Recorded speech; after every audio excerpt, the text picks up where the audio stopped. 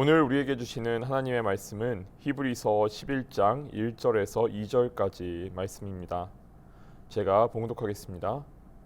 믿음은 바라는 것들의 실상이요 보이지 않는 것들의 증거니 선진들이 이로써 증거를 얻었느니라. 아멘. 오늘 말씀의 제목은 보이지 않는 증거입니다. 히브리서 11장 1절 2절의 말씀은 기독교인이라면 누구나 익히 들어 잘 알고 있는 말씀입니다.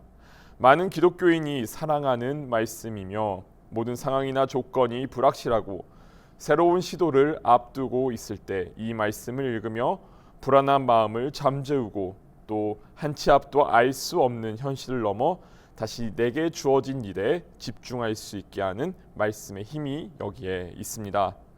이 말씀을 통해 전해지는 힘은 과연 어디서 비롯되는 것일까요? 이 짧은 구절에 들어있는 히브리서가 오늘 우리에게 전하고자 하는 믿음에 대한 메시지를 따라가 보도록 하겠습니다. 먼저 히브리서 11장이 말하는 믿음에 대해서 알아보겠습니다. 히브리서는 먼저 믿음에 대해 두 가지로 구분해서 말합니다. 첫 번째, 믿음은 바라는 것들의 실상이고, 두 번째, 믿음이란 보이지 않는 것들의 증거라고 매우 간결하게 말합니다. 11장 전체를 끝까지 읽어보면 믿음이라는 말이 계속해서 나오면서 구약 시대의 모범적인 신앙의 사람들이 18가지 삶의 모습을 통해 믿음이란 무엇인지 구체적으로 소개하고 있습니다. 그런데 이렇게 믿음에 대해 소개하고 내리는 결론이 참 묘합니다. 결론은 11장 39절과 40절에 나와 있습니다. 제가 봉독해 드리겠습니다. 이 사람들은 다 믿음으로 말미암아 증거를 받았으나 약속된 것을 받지 못하였으니 이는 하나님이 우리를 위하여 더 좋은 것을 예비하셨은즉 우리가 아니면 그들로 온전함을 이루지 못하게 하려 하심이다. 구약 시대의 모범적인 신앙인들이 믿음에 대한 증거는 받았지만 약속된 것은 받지 못했다니 무슨 말일까요? 정말로 구약에서 보이지 않는 증거, 즉 믿음은 주어지지만 그 약속의 성취가 눈앞에 가시적으로 드러나지는 않는 경우가 있습니다. 대표적인 예를 두 가지만 살펴보자면, 먼저 창세기 12장에서 하나님은 아브라함을 부르시며 내가 너로 큰 민족을 이루고 내게 복을 주어 내 이름을 창대하게 하리니 너는 복이 될지라 라고 말씀하셨지만, 아브라함의 눈에 비치는 것만을 따라가 보면 그는 이스마엘과 이삭 두 아들만을 본 것이 다입니다. 하지만 아브라함은 믿음의 눈을 통해 하나님의 약속이 이루어질 것을 믿었습니다. 그리고 그 약속은 실제로 성취되었습니다. 모세는 또 어떻습니까? 출애굽기 3장에서 하나님은 모세에게 나타나셔서 이스라엘 자손을 인도할 테니 가나안 땅으로 데려가라고 하셨지만, 모세의 관점에서 보면 이 약속은 정작 자신은 약속의 땅에 들어가 보지도 못하고 그 땅을 멀리서 바라볼 뿐이었습니다. 물론 이는 히브리서가 하나님이 약속을 지키지 않으시고 하나님이 약속에 대한 증거를 제대로 처리하지 않으시는 분이라고 말하고자 하는 의도는 아닙니다. 하나님께서는 그들을 위해 더 좋은 것을 예비하셨기 때문이라고 하나님의 약속의 성취가 지연된 이유를 밝히고 있습니다. 그렇다면 하나님이 예비하신 더 좋은 것이란 과연 무엇일까요? 바로 더 좋은 약속의 성취란 예수 그리스도를 통해 이루어진 구원의 성취를 의미합니다. 오늘 본문 안에서 예수 그리스도가 이 땅에 오신 것이 더 좋은 약속의 성취가 되는지에 대해서 보겠습니다. 먼저 히브리서의 믿음에 대한 첫 번째 정의, 바라는 것들의 실상입니다. 여러분은 믿음을 통해 무엇을 바라고 계신가요? 혹시 내가 이 땅에서 누리는 눈에 보이고 손에 만져지는 것만을 실질적인 성공과 약속의 성취로 여기십니까? 만약 그것만 더 좋은 것이라고 생각하신다면 아브라함과 모세의 삶은 익숙한 고향과 안락한 이집트 왕궁에서 머물러 있었을 것입니다. 하지만 아브라함은 하나님이 부르심을 받았을 때 갈 바도 알지 못하고 나아갔다고 기록되어 있습니다. 모세는 또 파라오의 공주의 아들이라는 이름을 내려놓고 궁궐에서 누리는 삶보다 하나님의 백성과 함께 고난에 동참했다고 전합니다. 그 믿음을 통해 아브라함과 모세는 하나님을 기쁘시게 할 수 있었으며, 아브라함은 하늘의 허다한 별과 또 해변의 모래와 같이 많은 후손의 조상이 되었으며, 모세는 수없이 많은 하나님의 기적과 함께 하심을 경험하며 하나님께서 이스라엘을 핍박과 억압으로부터 구해내는데 귀하게 쓰임 받았습니다. 하지만 우리는 아브라함이 직접 자기 힘으로 직접 바라는 것들을 실상으로 만들려 했을 때에는 사라 대신 다른 여자를 얻어 아들을 보았고, 그것이 아브라함의 가정에 불화의 씨앗이 되었다는 것 또한 봅니다. 또 모세가 직접 자기 힘으로 바라는 것들을 실상으로 만들려고 했을 때는 사람을 죽이는 살인자로 전락하고 말았습니다.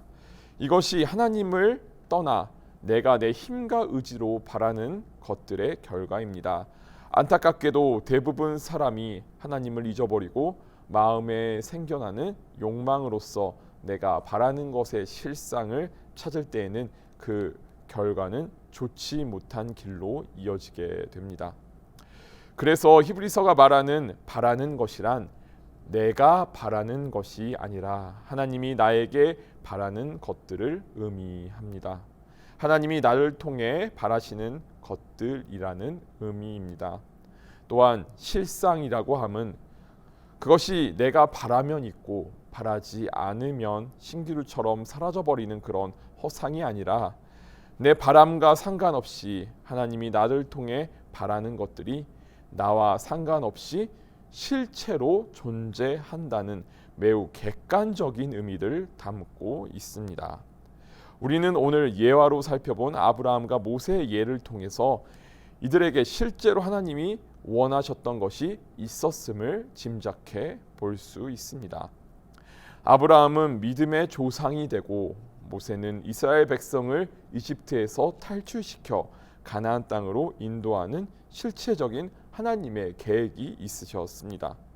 이들은 하나님의 말씀이 내 마음에 들건 들지 않건 기도를 통해 자신의 감정과 생각을 하나님께 맞추며 그 길을 묵묵히 걸어갔던 선한 믿음의 증인들이었습니다. 오늘 이 말씀을 함께 나누시는 여러분도 하나님께서 내게 바라시는 것을 분별하여 하나님의 실체적인 계획 가운데 주님의 뜻을 따라 그 뜻을 이루어가는 귀한 주님의 자녀가 되시기를 소망합니다. 다음으로 히브리서의 믿음에 대한 정의 두 번째, 보이지 않는 것들의 증거에 대해서 살펴보겠습니다. 저는 얼마 전에 식스센스라는 예능 프로그램을 알게 되었습니다. 이 방송은 출연진을 데리고 소위 사람들이 자주 찾는 핫플레이스라고 하는 장소들 방문합니다. 이렇게 요즘 사람들에게 가장 인기 있는 새 장소를 찾아가서 그곳이 진짜 핫플레이스인지 가짜 핫플레이스인지를 찾아내는 TV 프로그램입니다. 출연자들이 방문한 세 곳 중 두 곳은 실제 존재하는 진짜 가게이고 남은 한 곳은 제작진이 만든 100% 가짜 장소입니다. 그리고 최종 선택 시간에 가짜 장소를 찾은 사람에게는 보상이 주어집니다. 이 프로그램에서 출연자들은 저마다 자신의 감각을 살려서 진짜와 가짜를 구별하고 보상을 받기 위해 애씁니다. 그런데 그토록 자신이 가짜라고 믿던 곳이 또한 진짜라고 믿던 곳이 가짜라는 것이 밝혀지면 엄청난 경악감에 사로잡힙니다. 아마 출연자들이 그토록 놀라워하고 소름 돋게 하는 것은 내가 보이는 대로 믿었던 것이 항상 진실을 보장하지 않기 때문일 겁니다. 그리고 더 놀라운 것은 사람들을 속이는 연출진의 주도 면밀함입니다. 이렇게 눈에 보이는 증거는 충분히 연출하고 또 조작해낼 수 있는 것이 요즘 세상입니다. 로마서 12장 2절에서 사도 바울은 그리스도인들에게 다음과 같이 권면합니다. 너희는 이 세대를 본받지 말고 오직 마음을 새롭게 함으로 변화를 받아 하나님의 선하시고 기뻐하시고 온전하신 뜻이 무엇인지 분별하도록 하라. 나아가 단순히 믿음을 내 두 눈으로 볼 수 있다 없다로 규정해서는 히브리서가 말하고자 하는 믿음 이해에 도달하는 데 한계가 있습니다. 정말로 히브리서가 말하고자 하는 믿음은 단지 눈에 보이지 않는 증거로 하기보다는 구원에 관한 것입니다. 하나님이 약속하신 최종적인 구원 사역을 위해 우리에게 주신 약속의 성취, 온 인류를 위한 선물을 의미합니다. 하나님의 구원 사역은 한두 사람이 그것을 확신하거나 의심하거나 믿거나 혹은 믿지 않거나 하는 것에 따라 상관없이 객관적으로 존재하는 실체입니다. 다만 그것이 현실에서는 보이지 않을 수 있습니다. 히브리서가 기록될 당시 그리스도인들의 상황이 그러했습니다. 오늘날 그리스도인이 받는 사회적 질타와 편견과 오해하고는 비교도 할 수 없을 만큼 그들은 극심한 고난과 직접적인 박해를 받았습니다. 로마 제국에 사는 예수를 모르는 이방인들은 그리스도인들을 보고 어떻게 눈에 보이지 않고 만질 수도 없는 우상이 없는 신을 섬길 수 있냐고 비웃었고, 남녀가 차별 없이 형제 자매라 부르며 모여서 찬양하고 예배 드리는 것을 보고 부도덕한 일을 일삼는다고 생각했고, 성찬식을 보고 아이를 잡아먹는다고 헛소문을 퍼뜨렸습니다. 그뿐만 아니라 황제에 대한 예배를 거부함으로써 사회 안전을 파괴한다는 죄목까지 뒤집어 씌웠습니다. 이로 인해 그리스도인들은 당국에 의해 제재와 박해를 받았고, 억울한 일을 당하며 기독교 변증가들은 이런 소문과 오해를 해명하기 위해 노력했고, 계속해서 황제를 위해 기도하고 로마 제국을 존중했습니다. 이러한 긴장과 갈등 속에서 초대교회의 한 교부가 작성한 변증문 디오그네투스에게라는 문서를 여러분들에게 소개해드리고자 합니다. 기독교인들은 국적과 언어와 간습에 있어서 다른 이들과 다른 점이 없다. 그들은 자기들의 고국에 살고 있으나 나그네들이다. 그들은 시민으로서의 모든 의무를 다하고 있으나 외국인처럼 박해를 받고 있다. 그들은 어디에 가든지 그곳을 고국으로 삼지만 동시에 그들은 모국은 어느 곳에도 존재하지 않는다. 그들은 육신을 입고 있으나 육신에 따라 살지 않는다. 그들은 지상에 살고 있으나 천국 시민들이다. 그들은 모든 법률을 지키고 있지만 법률에 따라 요구되는 것보다 한층 더 높은 차원에서 살고 있다. 그들은 모든 인간을 사랑하지만 모든 인간에 의해 박해받고 있다. 이 편지는 히브리서가 작성된 지 대략 1세기 후 작성된 것으로 추정되는 초대교회의 문서입니다. 그 시차에도 불구하고 히브리서와 디오그네투스에게가 우리에게 던지는 메시지는 동일합니다. 천국의 시민, 그리스도인은 세상의 나그네라는 것입니다. 구원의 세계는 예수 그리스도를 통해 확실한 것으로 보증되었습니다. 때로는 고난과 박해의 삶 속에서 하나님의 구원이 보이지 않는 것처럼 우리에게 경험되기도 합니다. 그러나 믿음은 그러한 고난과 박해의 한복판에서도 하나님의 구원 사역을 객관적인 실체로 확신할 수 있는 시야를 제공합니다. 그러므로 하나님의 구원은 보통 사람들의 눈에는 보이지 않고 믿음을 가진 사람에게만 실체적인 것으로 경험됩니다. 이 땅에 살아가는 우리는 믿음을 통해 증거를 받습니다. 그리고 구약시대 당시의 사람들에게는 주어지지 않았지만 우리에게 주어진 약속의 성취가 있습니다. 바로 예수 그리스도입니다. 예수 그리스도를 통해 하나님의 구원의 약속이 이루어졌습니다. 그리고 그 우리를 구원하시는 예수 그리스도를 믿는 믿음이 바로 바라는 것들의 실상이며 보이지 않는 것들의 증거입니다. 히브리서가 말하는 더 좋은 것이란 이 땅에 오셔서 우리에게 구원의 길을 열어주신 예수 그리스도입니다. 그것은 객관적인 실상이며 우리의 본향입니다. 강림절 4주간을 맞이하며 우리에게 구원의 길을 열어주시고 하나님의 사랑을 십자가를 통해 이 땅에 알리신 예수 그리스도를 기억하며 아기 예수의 탄생을 축하하며 기쁨으로 우리의 삶 가운데 살아계신 예수 그리스도를 맞이하는 감사와 은혜가 충만한 시간이 되시기를 빕니다. 다 함께 기도드리시겠습니다. 사랑의 하나님 감사합니다. 히브리서 11장 1절과 2절의 말씀을 통해서 우리가 바라는 것들의 실상, 보이지 않는 것들의 증거로서 예수 그리스도를 우리에게 보여주시니 감사합니다.